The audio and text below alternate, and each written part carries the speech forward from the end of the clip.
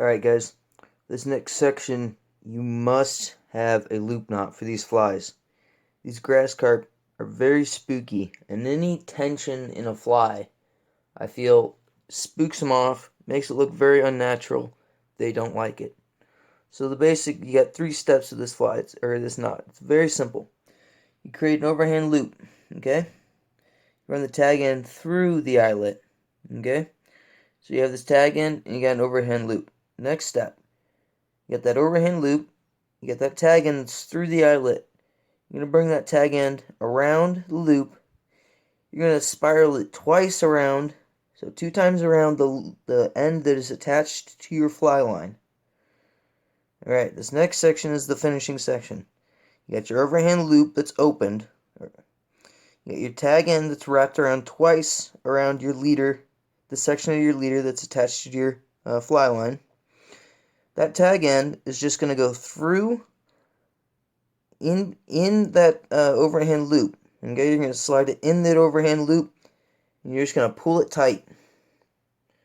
Alright, and it'll create a loop. I find, honestly, you're looking for about an inch and a half loop, so about that big. The most movement possible is what you're going for. Don't make it so big that it's awkward, but, about an inch and a half to 2 inches is what you're going for. Alright, let's get on to the fly setup. Alright guys, this is my typical grass carp setup.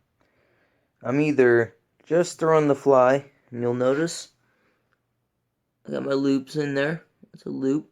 Alright, that's what your loops are supposed to look like. The end of it, something like that. Just look up the Orvis loop. Alright, nothing too difficult.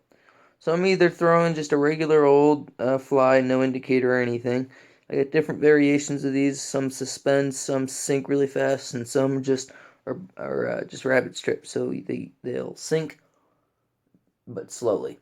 Alright, my indicator rig is the one I've been using the most. This is the one I use in current a lot, especially super fast current where you can't see the fish. It's one thing, like I'll throw that if the water is clear enough to where I can see the fish and I can judge how far down my fly is. But in murky water, like at Lake Olathe that I just talked about, that is where I'd use an indicator, and that's about it. That's the only places I'll really use an indicator at. So, as you can see, I'll keep my indicator a foot all the way to 3 feet. Of course, this is subject to depth. This is the depth that I like using at Mill Creek, or at Lake Olathe.